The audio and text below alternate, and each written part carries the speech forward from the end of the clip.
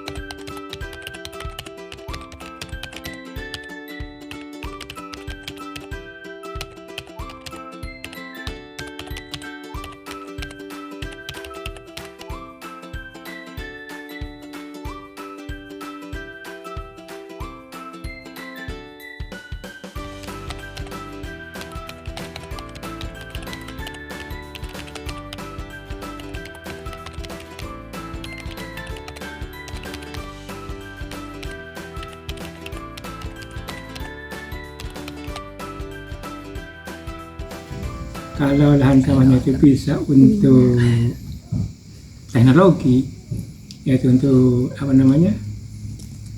semacam alat tanam seperti transmater sih Pak, itu bisa juga digunakan. Tapi kalau daerah sini kebanyakan selain lahannya sulit untuk dimasukkan alat-alat itu, dan juga lahan tanahnya yang tidak begitu gembur, sehingga kesulitan untuk alat tanam untuk melaksanakan itu. Tapi kebanyakan kalau dari sini menggunakan tenaga manusia. Rata-rata kebanyakan di sini menggunakan tenaga manusia. Itu bukan baik tanam maupun panen. Semuanya menggunakan manusia. Jarang yang menggunakan alat mesin. Jarang. Kalau daerah sini. Tapi kalau daerah lain mungkin bisa, seperti di daerah Mangaran mungkin bisa. Tapi kalau daerah Penarukan di sini jarang sekali.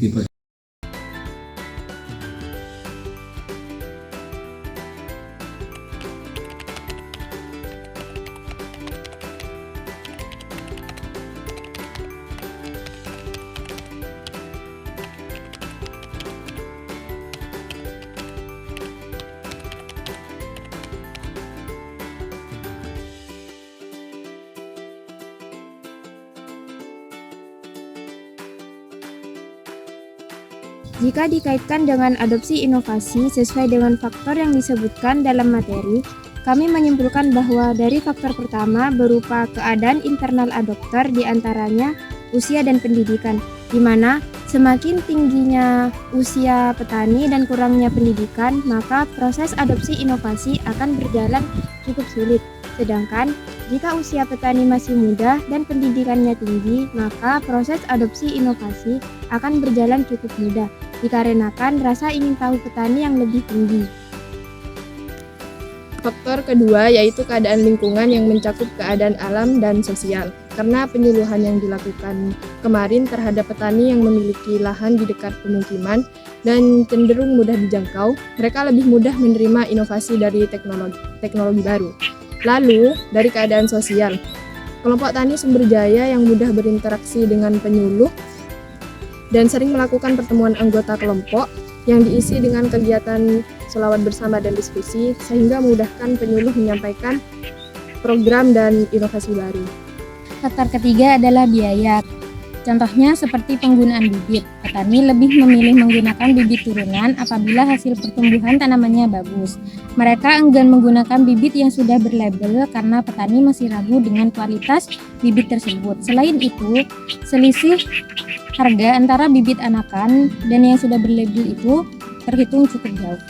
Proses ini dimulai dari tahap evaluasi, di mana petani melihat atau mengevaluasi hasil petani lain atau hasil percobaan petani lain. Jika petani tersebut berhasil dalam melakukan percobaannya, maka petani lain akan meniru hasil percobaan yang dilakukan.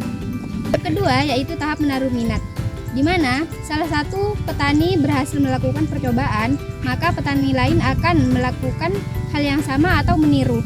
Jadi, petani lain akan menaruh minat dan mencoba inovasi tersebut. Tahap ketiga yaitu tahap mencoba, di mana petani akan mencoba inovasi tersebut. Tahap keempat yaitu tahap adopsi, di mana petani yang sudah melakukan percobaan inovasi tersebut, maka petani mulai mengadopsi untuk dirinya sendiri dan orang lain.